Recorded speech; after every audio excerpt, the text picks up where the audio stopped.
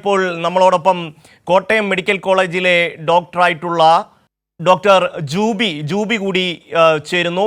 Doctor, നമ്മളിപ്പോൾ ലഭിക്കുന്ന വിവരമനുസരിച്ച് ഇദ്ദേഹത്തിന് ഈ രോഗം സ്ഥിരീകരിച്ചു കഴിഞ്ഞു.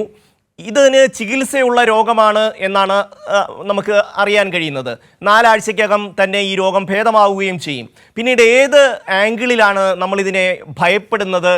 ആ ഒരു കാര്യങ്ങളെ സംബന്ധിച്ചൊന്ന് വിശദമാക്കാമോ? ഇത് സാധാരണഗതിയിൽ നമുക്ക് സപ്പോർട്ടീവ് ചികിത്സ മാത്രം മതി. അതായത് പനി ഉണ്ടെങ്കിൽ പനി ചികിത്സിക്കുക, ഈ ശരീരത്തുണ്ടാകുന്ന കുരുക്കളിൽ ഇൻഫെക്ഷൻ വരികയാണെങ്കിൽ അത് ട്രീറ്റ് ചെയ്യുക, മറ്റേതെങ്കിലും ഓർഗൻസിനെ ബാധിക്കുകയാണെങ്കിൽ അത് ചികിത്സിക്കുക എന്നുള്ള ചികിത്സ മാത്രം മതി സാധാരണഗതിയിൽ. പക്ഷെ അപൂർവമായിട്ട് ഇത് വളരെ സീരിയസ് ആകാറുണ്ട്. അപ്പൊ ഈ അപൂർവമായിട്ട് സീരിയസ് ആകുന്നു എന്നുള്ള പ്രോബ്ലം ആണ് നമുക്ക് പ്രശ്നമായിട്ട് വരാറുള്ളത്.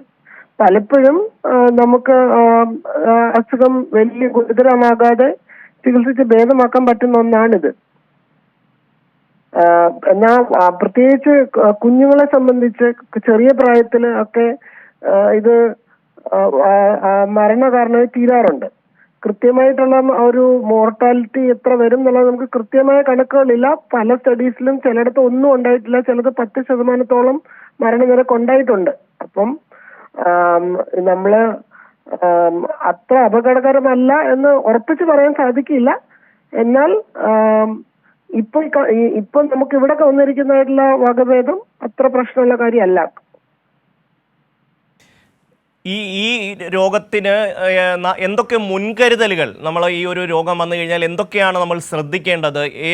ഏത് തലത്തിലാണ് നമ്മളുടെ ഐസൊലേഷൻ അടക്കമുള്ള കാര്യങ്ങൾ ഉണ്ടാകേണ്ടത്? അതിനെക്കുറിച്ചൊക്കെ ഒന്ന് വിശദമാക്കാമോ? നമുക്ക് ഈ കോവിഡിൽ വന്നിരുന്നത് പോലെ ഇത് വളരെ പെട്ടെന്ന് പകരുന്ന ഒരു രോഗമല്ല. നമ്മൾ കോവിഡ് പകരുന്നതെന്ന് പറഞ്ഞു കഴിഞ്ഞാൽ എയറിൽ കൂടെ പകരുമായിരുന്നു. എന്നാൽ ഈ ഒരു രോഗത്തെ സംബന്ധിച്ച് കുറച്ചും കൂടെ അടുത്ത് പെരുമാറിയെങ്കിൽ മാത്രമേ ഇത് പകരാനായിട്ടുള്ള സാധ്യതയുള്ളൂ.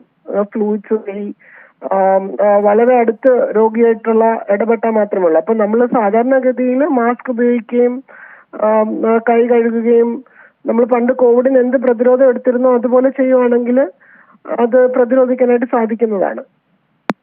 തീർച്ചയായും ഡോക്ടർ ജൂബി ജോസ് ആണ് വിവരങ്ങൾ നൽകിയത്. കോട്ടയം മെഡിക്കൽ കോളേജിലെ ഡോക്ടറാണ് ഡോക്ടർ ജൂബി. രാജ്യത്ത് എംപോക്സ് സ്ഥിരീകരിച്ചിരിക്കുന്നു എന്ന വാർത്തയാണ് ഷീജ റിപ്പോർട്ട് ചെയ്തത്.